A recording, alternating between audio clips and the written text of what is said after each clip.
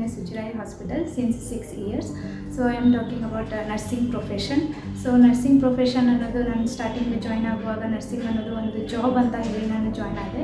After joining all these years I come to know that patient conditions and ಅವರ health problems ಎಲ್ಲವನ್ನು ತಿಳ್ಕೊಂಡು ನಾನು ಅವ್ರಿಗೆ ನರ್ಸಿಂಗ್ ಅನ್ನೋದು ಒಂದು ಟಾಸ್ಕ್ ಅಷ್ಟೇ ಅಲ್ಲ, ಅದು ಎಮೋಷ್ನಲ್ ಸಪೋರ್ಟ್ಸಿಂದ ಅವರಿಗೆ ನಾವು ಕೇರ್ ಮಾಡ್ಬೋದು. ಸೊ ನೋಬಲ್ ಪ್ರೊಫೆಷನ್ ಅನ್ನೋದು ಫೀಲ್ ಆಗುತ್ತೆ. ಸೊ ನಾನು ಪ್ರೌಡಾಗಿ ಫೀಲ್ ಆಗ್ತೀನಿ ನರ್ಸಿಂಗ್ ಅನ್ನೋದು ಒಂದು ಪ್ರೊಫೆಷನ್ ಅಂತ ಹೇಳಿ.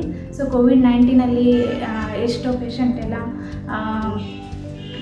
ಫುಲ್ ಕ್ಲೋಸ್ ಆಗಿತ್ತು. ಸೊ ಐಸೋಲೇಷನ್ ಎಲ್ಲ ಮಾಡಿದರು. ಸೊ ಅಂಥ ಸಿಚುವೇಷನಲ್ಲಿ ಕೂಡ ನಾವು ನರ್ಸಿಂಗ್ ಫೀಲ್ಡನ್ನು ಬಿಡಲಾರ್ದಂಗೆ ಕಂಟಿನ್ಯೂಸ್ ಆಗಿ ವರ್ಕ್ ಮಾಡ್ತಾ ಪೇಷಂಟನ್ನು ಕೇರ್ ಮಾಡಿ ನಾವು ಅವರನ್ನು ಎಷ್ಟೋ ಮೆನಿ ಪೇಷಂಟ್ಸ್ನ ಲೈಫ್ನ ಸೇವ್ ಮಾಡಿದ್ದೀವಿ.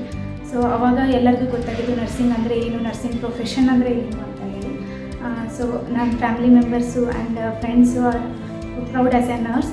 And on this month May we are celebrating International Nurses Day. I wish all over India happy International Nurses Day to all.